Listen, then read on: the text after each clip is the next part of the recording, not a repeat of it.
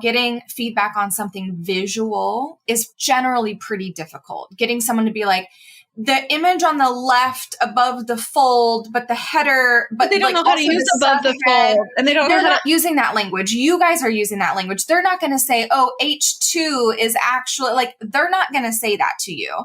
And so I have seen service providers try to educate their clients on the language, which okay, maybe we can spend some energy there, but they don't need to be the expert in design in order to be able to give you feedback. And so one of the best Google searches I've ever done led me to a software called marker.io, I think is the website. And it's literally just code. It's a code widget that you can add to your website that enables a feedback button to pop up. And you can do it on live or not live page. It's just in your website.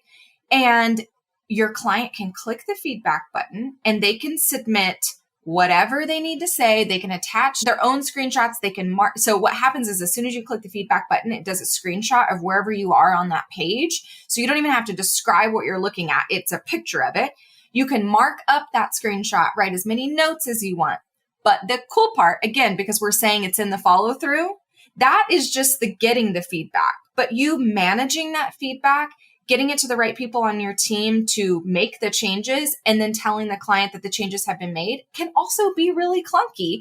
And we have found historically that that's typically done in a lot of back and forth emails. And you forget what you agreed to. You forget where we are. What part of the process are we in? What has been done? I want to make changes here. And we wanted to create a more finality to changes and versions. So what this does is we've connected it to Asana. It integrates easily into our project management system. So it creates a card on any board that we want, this client's board, with the feedback, and we can internally assign subtasks, make comments, send, put a deadline on it or whatever. But as soon as that task is marked as resolved in Asana, it marks it resolved in Marker and emails the client that the thing is resolved. So we don't even have to do the communication.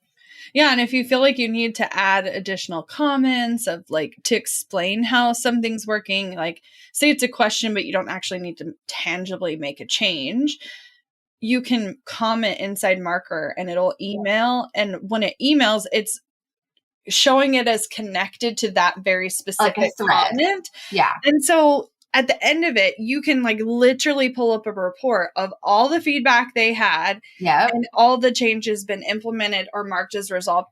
Game changer. It's so helpful. So it is literally your job, part of your job, to make whatever process for your client, for your deliverables, work seamlessly as possible. Sometimes you will need third-party apps. Sometimes it's about creating automations, communications, or workflow on your end.